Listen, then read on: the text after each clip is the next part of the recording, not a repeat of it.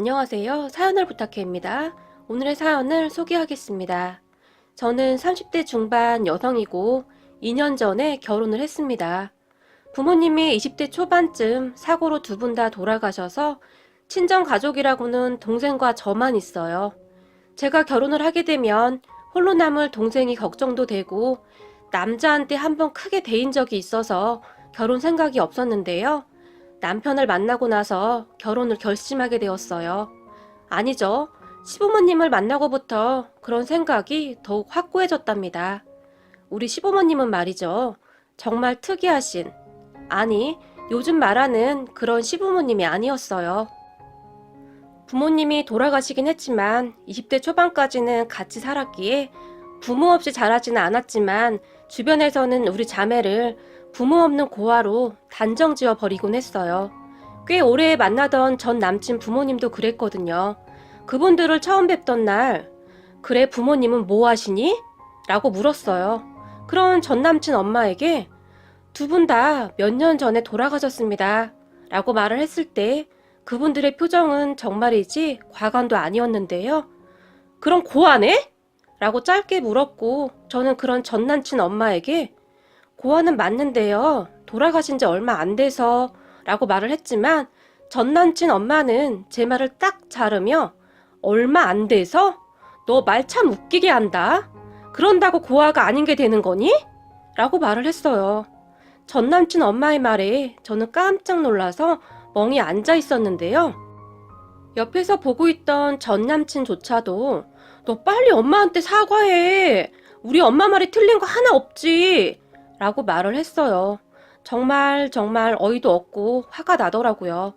전 남친 엄마도 엄마였는데 그런 전 남친의 행동에 더욱 정남이가 떨어졌던 것 같아요. 그렇게 얼마 후 전 남친에게 이별을 통보했는데요. 전 남친은 야, 그냥 엄마한테 사과하면 끝날 일인데 너 왜 이렇게 고집을 부려? 너 그거 자격지심이야. 자격지심. 알아? 라고 저에게 다시 한번 상처를 주었어요. 그런데 과연 제가 사과를 한다고 해서 전 남친 엄마가 저를 받아줬을까요? 이후 전 남친과 헤어졌다는 소리를 들은 전 남친 엄마한테 전화가 왔었는데요. 너 우리 아들이랑 헤어졌다며?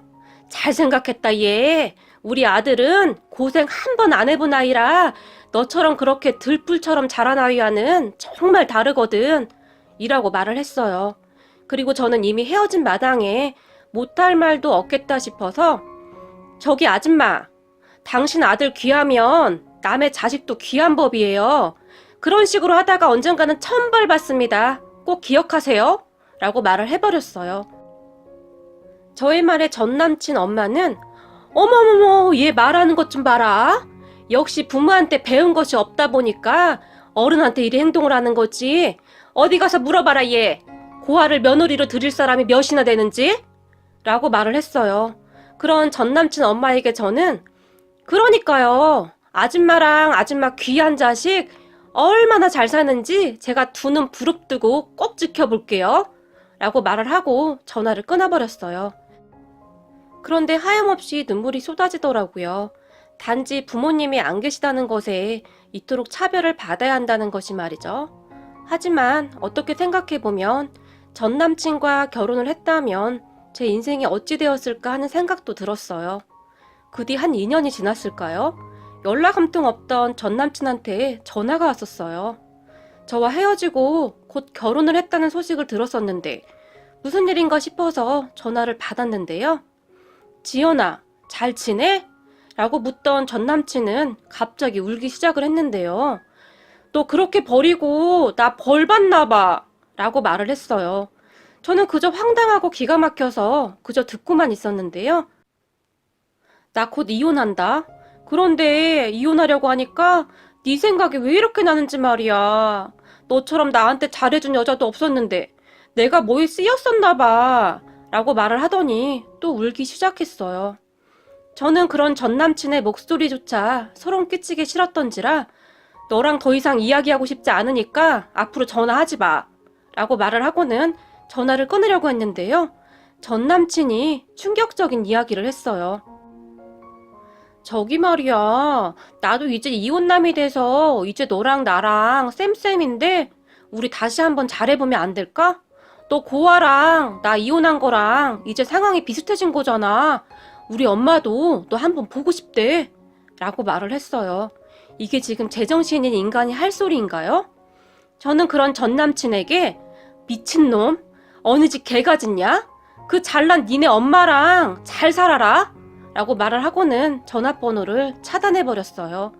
그동안 왜 차단을 안 한 것인지 제 자신이 한심스럽기까지 했어요. 그리고 그 뒤 남자에게 질려서인지 딱히 결혼 생각도 없었고 남자를 사귈 마음도 없었는데요. 지금의 남편은 참 많이 다른 사람이었어요. 남편도 남편인데 남편의 가족들이 정말이지 너무나 좋은 사람들이었어요. 정말 고민하다가 시부모님을 만나 뵈었는데요. 시어머니는 시종일관 싱글벙글이셨어요. 그런 시어머니를 보며 시아버지가 당신 입 찢어지겠구려? 그리도 좋아? 라고 물었고 시어머니는 당연하지. 이렇게 이쁜 딸이 생겼는데 라고 말을 하시며 제 머리를 하염없이 쓰다듬어 주셨어요. 그날 시부모님을 처음 뵙는 자리였지만 어색함이라는 것이 잘 느껴지지 못할 만큼 참 좋은 분들이셨어요. 식사를 하는 도중에도 시어머님은 어쩜 먹는 것도 이리 예쁘게 먹을까? 아들들은 아주 우악스럽게 입에 쳐넣기 바쁜데 우리 애기는 아주 예쁘게 먹는구나. 이래서 엄마들이 딸딸하는 거야. 라며 제 등을 다시 쓰다듬어 주셨어요. 그런 시어머니의 말에 도련님이 엄마, 우악스럽게라니 아들한테 너무하는 거 아니야? 라고 말을 했지만 시어머니는 들은 척도 하지 않고는 제가 밥을 먹는 동안 옆에서 그렇게 좋아하셨어요. 잠시 후 식사를 하던 시아버지는 근데 부모님이 돌아가셨다고 하던데 동생이랑 힘들지는 않았고? 라고 말씀을 하셨어요. 그런 시아버지를 보던 시어머니는 지연이 20대 초반이면 그래도 다 키워놓고 돌아가셨구만. 그래서 그런지 부모 사랑 듬뿍 받고 자란 티가 나는구만. 이라고 말을 하셨어요. 저는 그런 시어머니의 말에 그만 울컥하고 말았는데요. 부모님이 안 계시다고 하면 주변에서 항상 부모 없이 자랐네? 라는 말들을 많이 해왔기 때문에 그동안 받았던 서름이 한꺼번에 밀려왔던 것 같아요. 그렇게 눈물을 뚝뚝 흘리던 저를 보며 시아버지는 당신 왜 쓸데없는 소리를 해서 애를 울려? 라고 핀잔을 주었고 시어머니는 당신이 먼저 얘기 꺼내서 그렇잖아 라고 말을 하며 두 분이서 어쩔 줄을 몰라 했어요. 저는 그런 두 분을 바라보며 아니 괜찮아요. 어머님이 너무 예쁘게 봐주시니 그동안 받은 서름이 생각나서 저도 모르게 그랬던 것 같아요. 정말 감사해요. 라고 울먹울먹이며 말을 했어요. 그리고 저의 말을 듣던 시어머니가 갑자기 서름? 왜? 누가 너한테 부모 없다고 함부로 했니 그동안? 이라며 놀라서 물었고 시어머니의 물음에 그게 아무래도 부모가 없다고 하면 색안경부터 끼고 보더라고요. 라고 말을 했어요. 아니 다 키워놓고 돌아가셨는데 색안경은 왜 끼고 봐? 그리고 설령 더 어릴 때 돌아가셨다고 하더라도 그게 사람 뜻대로 되는 것도 아니고 니들 잘못도 아닌데 왜 색안경을 끼고 보냐고! 라고 말을 하며 식탁을 손바닥으로 탁 하고 내리치셨어요. 그런 어머니의 행동에 깜짝 놀란 도련님이 아 깜짝이야! 엄마 제발 좀! 이라고 말을 했어요. 그리고 도련님이 한마디를 더 추가했는데요. 형수님 걱정 마세요. 우리 엄마 말이죠. 한 성격 하거든요. 아마 누가 형수님 괴롭히면 쫓아가서 가만 안 둘걸요? 라고 웃으면서 말을 했어요. 도련님의 말에 시어머니는 다시 한번 탁자를 탁 하고 내려치셨는데요. 당연하지. 앞으로 우리 지연이 눈에 피눈물 나게 하는 사람 있으면 내가 가만 안 둘 거야. 라고 말을 하며 남편을 무섭게 노려봤어요. 그런 시어머니의 말에 아무 생각 없이 밥을 먹고 있던 남편이 깜짝 놀랐는데요. 나? 내가 왜? 나는 아무 짓도 안 했어. 그리고 엄마, 뭔가 큰 착각하는 모양인데 이렇게 이쁜 딸 데리고 온 건 나라고 나. 그리고 나한테 감사해야 한다 이거지. 내가 사람 보는 눈 하나는 기가 막히잖아? 라고 큰 소리를 치며 말을 했어요. 남편의 말을 듣고 있던 시어머니는 그건 맞다. 네가 태어나서 제일 잘한 일이야. 라고 말을 했어요. 시어머니와 남편의 대화를 듣고 있던 도련님은 형수님, 곧 익숙해지실 거예요. 암튼 우리 엄마 한 번씩 욱하면 엄청난 일이 일어나는데요. 그때도 놀라지 마세요. 그래도 우리 엄마는 멀쩡한 사람은 절대 물지 않아요. 정신 나간 사람만 물어버리죠. 라며 크득크득 웃어댔고 그런 도련님의 등짝을 시아버지가 손바닥으로 내리쳐버렸는데요. 이 녀석아, 엄마한테 못하는 소리가 없어! 라고 말을 하면서 말이죠. 그렇게 식사를 마치고 돌아가는데 남편이 조금 달라 보였어요. 따뜻한 사람인 것은 알고 있었지만 가족들 모두가 그러한 것을 보니 안심도 되고 하늘에 계신 부모님이 연결해주고 있는 것은 아닌가 하는 생각마저 들었어요. 그 후 간단하게 상견례를 했어요. 부모님이 안 계시니 저와 동생만이 나가게 되었어요. 부모님이 돌아가신 뒤로 친척들하고 연락도 잘 안 하고 지냈기 때문에 연락할 친척도 없었고요. 상견례라고 하기도 좀 그렇지만 상견례 자리에서도 시부모님은 저와 제 동생을 참 알뜰히 챙기셨어요. 마치 엄마처럼 그리 챙겨주시니 동생도 금방 마음을 연 것인지 시어머니를 참 잘 따랐어요. 상견례가 끝나고 집으로 돌아온 동생이 저를 보며 언니, 오랜만에 참 따뜻한 밥을 먹은 것 같아 라며 빙그레 웃었거든요. 결혼 후에도 시부모님은 한결같았어요. 결혼 후 혼자 살게 된 동생 때문에 아무래도 걱정을 많이 하고 있었는데요. 챙긴다고 챙기긴 했지만 쉽지가 않았어요. 그런데 어느 날 퇴근 후 시댁에 가게 되었는데요. 회사에 아는 분 집이 과수원을 하는데 복숭아를 가지고 와서 나눠주었거든요. 먹어보니 정말 맛이 좋아서 몇 개 안 되지만 시부모님께도 맛 보여드릴 생각을 하면서 기쁜 마음으로 시댁에 가게 되었어요.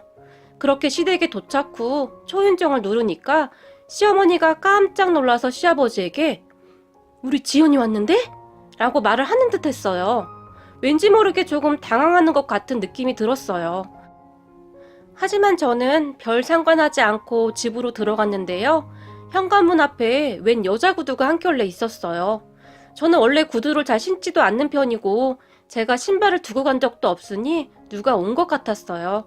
그래서 제가 두리번거리며 어머님, 집에 누가 왔어요? 라고 물었는데 시어머니와 시아버지가 쭈뼛쭈뼛거리며 그게 말이지?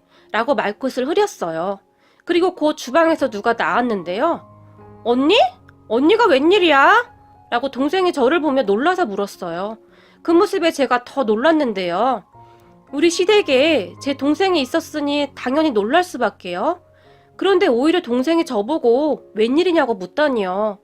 그렇게 깜짝 놀라서 시부모님을 바라보았는데요. 그랬는데 시아버지가 시어머니의 옆구리를 손가락으로 쿡쿡 찌르면서 당신이 설명해 얼른 이라고 말을 했어요. 시아버지의 말에 시어머니가 입을 열었는데요. 지연아, 그게 말이다. 지영이가 집에 혼자 있으니 밥도 잘 못 챙겨 먹고 애가 삐쩍 골아있지 뭐니.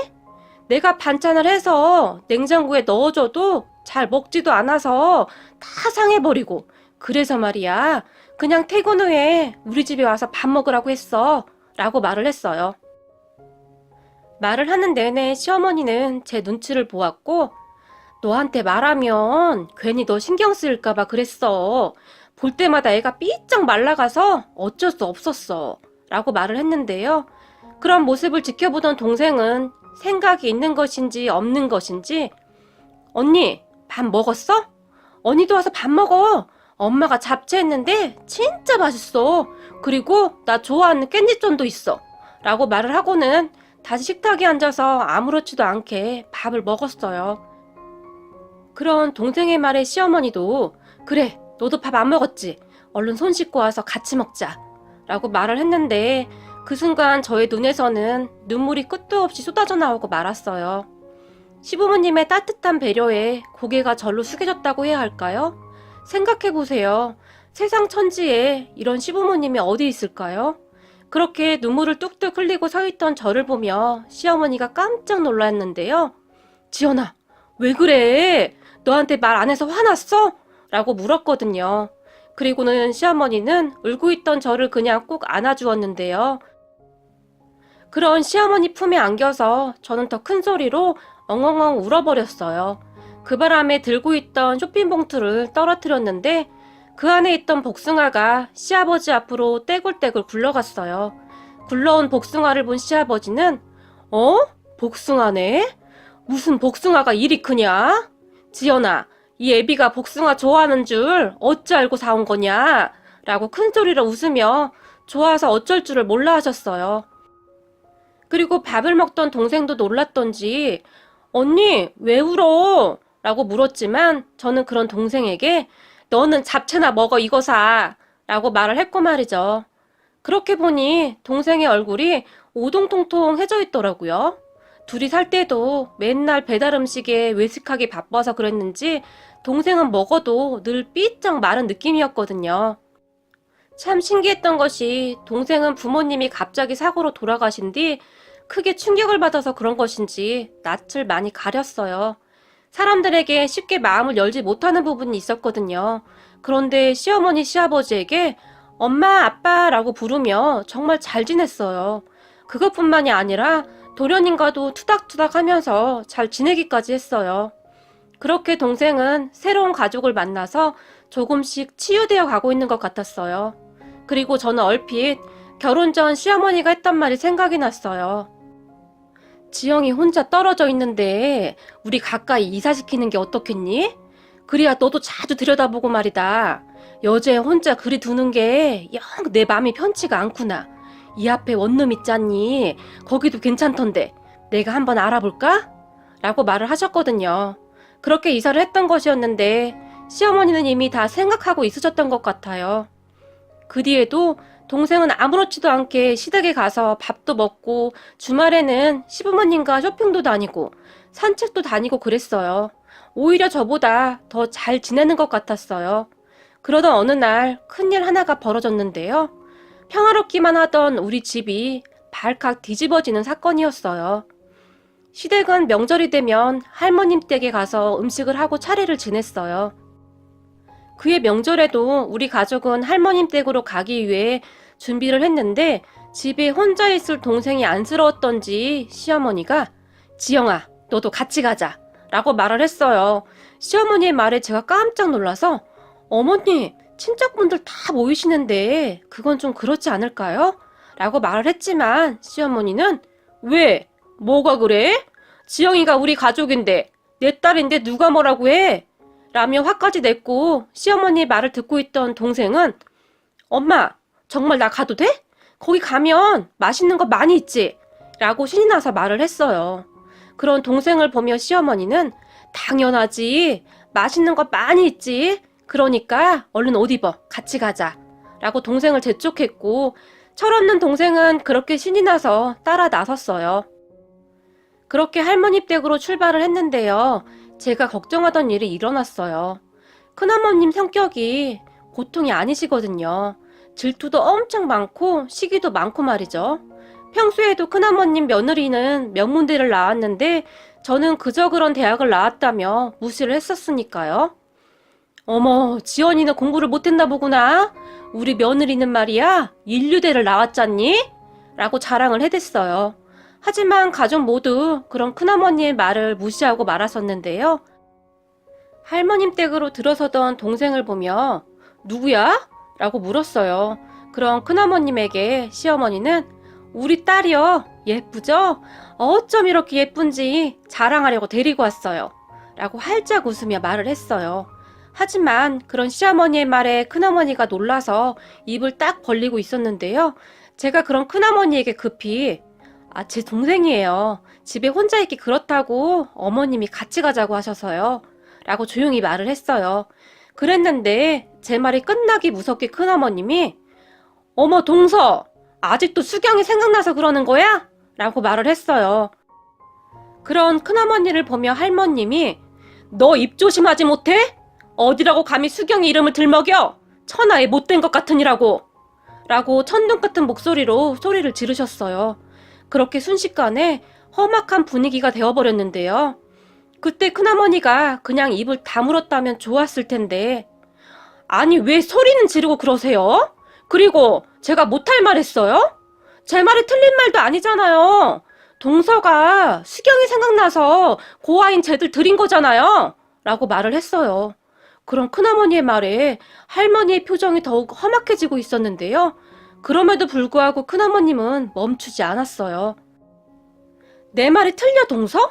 솔직히 동서도 얘네들 고아라 더 좋았던 거 아니야? 동서, 그거 집착이야, 집착. 뭐 하는 짓이야? 혼자 성인군자인 척은 다 하면서. 라고 말을 했고, 그런 큰아버지를 큰아버님이 말렸는데요. 당신 지금 이게 뭐 하는 짓이야? 라고 소리를 질렀지만 큰어머님은 멈추지 않았어요. 왜 나한테만 그래? 다들 그렇게 생각하고 있잖아. 라고 말을 했거든요. 그런데 그런 큰어머니의 목소리가 듣기 싫었던지 할머님이 이런 망할 놈의 계집년 같으니라고 라고 말을 하시더니 옆에 있던 밀가루를 큰어머니 얼굴에 확 뿌려버렸어요. 전을 붙이고 있었기에 쟁반에 밀가루가 가득했었거든요. 그런데 밀가루 범벅이 된 큰어머니가 진짜 미친놈의 집구석이 왜 맨날 나한테만 그래? 라고 비명을 질렀는데요. 하지만 할머니도 지지 않고는 우리 집이 미친놈의 집구석이 아니라 내년이 미친년인 게지 라고 말을 하며 큰어머니 얼굴에 다시 물을 확 끼얹어 버렸어요. 그리고 큰어머니가 씩씩대면서 내가 이놈의 집구석을 다시 오면 인간이 아니다. 잘 먹고 잘 살아라. 라고 말을 하며 나가버렸는데요. 그런 큰어머님의 등 뒤에 대고 할머님이 맏며느리가 어디서 저런 그지 같은 것이 들어와서 집안을 풍비박산 내고 있어. 라고 말을 했어요. 그렇게 명절 분위기가 엉망이 되고 말았는데요. 저는 무엇보다도 수경이가 누구인지 엄청 궁금해졌어요. 하지만 분위기가 분위기인지라 물어볼 수도 없어서 조용히 차례를 지냈어요. 그리고 시댁으로 돌아왔을 때 시어머니가 제 손을 꼭 잡으며 기분 많이 나빴지? 라고 물었어요. 하지만 저는 무슨 사정이 있겠구나 라는 생각이 들었기에 아니요, 괜찮아요 라고 말을 했어요. 그런 제 말에 시어머니는 미안하구나. 너한테 진작 말을 했어야 했는데 차마 입이 떨어지지 않더구나 라고 시작을 했는데요. 사실은 네 남편 밑에 여동생이 하나 있었어. 그런데 물놀이를 갔다가 그만 사고를 당해서 먼저 보냈단다. 그게 수경이란다. 살면서 참 힘이 들었는데 말이야. 너를 보니 그 수경이가 돌아온 듯 깊었단다. 잘 웃고 착한 너를 볼 때마다 수경이를 생각하지 않은 것은 아니지만 나는 그냥 너의 자매가 좋았단다.